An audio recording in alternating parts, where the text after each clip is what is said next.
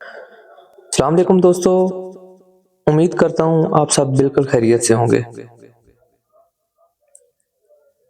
آج کی ویڈیو میں آپ کو بتاؤں گا کہ بخار میں ٹھنڈی پٹیاں کرنے کا صحیح طریقہ کیا ہے، کون سے غلط طریقے نقصان پہنچا سکتے ہیں اور کن مریضوں میں بالکل بھی پٹیاں نہیں کرنی چاہیے۔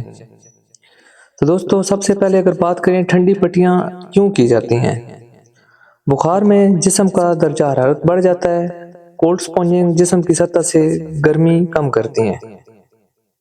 عام طور پر یہ میڈیسن کے ساتھ سپورٹ کے طور پہ استعمال کی جاتی ہیں، خاص طور پہ جب ٹمپریچر 102 فارنہائٹ سے اوپر ہو اور بہت زیادہ پیشنٹ میں بے چینی پائی جاتی ہو، تو اس کنڈیشن میں ٹھنڈی پٹیاں بخار کو کم کرنے میں بہت ہی اہم کردار ادا کرتی ہیں۔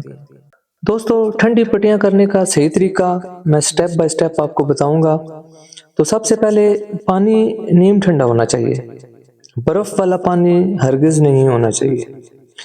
پانی نہ زیادہ ٹھنڈا ہو اور نہ بہت زیادہ گرم، روم ٹیمپریچر پہ پانی ہونا چاہیے۔ صاف کپڑا یا سپونج استعمال کریں، بہتر ہے کہ 2 کپڑے رکھیں تاکہ وقت ضائع نہ ہو۔ پٹیاں صرف ان جگہوں پہ لگائیں: پیشانی پہ، بغلوں کے اندر، گردن کے اطراف، رانوں کے اندرونی حصے، پیروں کے اوپر۔ یہ وہ جگہ ہیں جہاں خون کی بڑی نالیاں جلد کے قریب ہوتی ہیں، اس سے گرمی جلد کم ہو جاتی ہے۔ پٹیوں کو ہلکا سا نچوڑ کر لگائیں، بالکل گیلے کپڑے کی طرح چپکا کر نہ رکھیں۔ ہلکی نمی والی پٹی زیادہ مؤثر ہوتی ہے۔ ہر 2 سے 3 منٹ بعد پٹی دوبارہ بھگو کر لگائیں۔ مسلسل 10 سے 15 منٹ آپ یہ پروسیجر دہراتے رہیں، بخار 1 سے 2 ڈگری کم ہونا سٹارٹ ہو جائے گا۔ کمرے میں ہلکی ہوا بخار ٹھیک کرنے میں بہت ہی مددگار ثابت ہوتی ہے۔ دوستو، اب ہم بات کرتے ہیں کہ غلط میتھڈ کیا ہے، پٹیاں کرنے کا جو غلط طریقہ ہے وہ کون سا ہے۔ یہ غلطیاں ہرگز آپ نہ کریں۔ برف والی پٹیاں بالکل نہ کریں، جسم شاک میں جا سکتا ہے۔ بچے زیادہ تھر تھر کانپ سکتے ہیں، پورا جسم گیلا نہ کریں، عام طور پہ ٹب میں بٹھا دینا یہ خطرناک ہو سکتا ہے۔ بہت زیادہ ٹھنڈا پانی استعمال نہ کریں، جسم الٹا دفاع کے طور پہ حرارت مزید بڑھا لیتا ہے۔ پسینے والے کپڑے یا کمبل ہٹا کر ٹھنڈی پٹیاں نہ کریں، پہلے کپڑے تبدیل کریں پھر پٹیاں کریں۔ صرف پٹیوں پر انحصار نہ کریں، ٹھنڈی پٹیاں صرف سپورٹ ہوتی ہیں، اچھا ٹریٹمنٹ بھی ساتھ ضروری ہے، اور اچھی میڈیسن آپ استعمال کروائیں ساتھ۔ یہ ٹھنڈی پٹیاں سپورٹ کے طور پہ بہت ہی اہم کردار ادا کرتی ہیں۔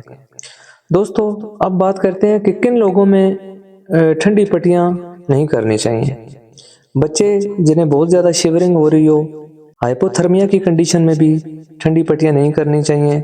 نوزائیدہ بچوں میں ڈاکٹر کی اجازت کے بغیر کوشش کریں کہ ٹھنڈی پٹیاں نہ کریں۔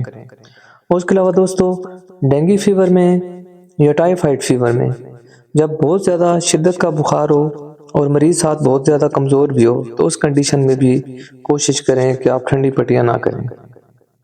بہت زیادہ سانس کی تکلیف ہو، بہت زیادہ فٹس کی تکلیف ہو یا کلیپس ہونے کا خطرہ ہو، تو اس کنڈیشن میں بھی ٹھنڈی پٹیوں سے گریز کرنا چاہیے۔ دوستو، اب بات کرتے ہیں کہ میڈیسن اور پٹیاں کب ضروری ہوتی ہیں۔ جب ٹمپریچر 101 فارنہائٹ سے اوپر ہو تو میڈیسن اور ساتھ ٹھنڈی پٹیاں کریں۔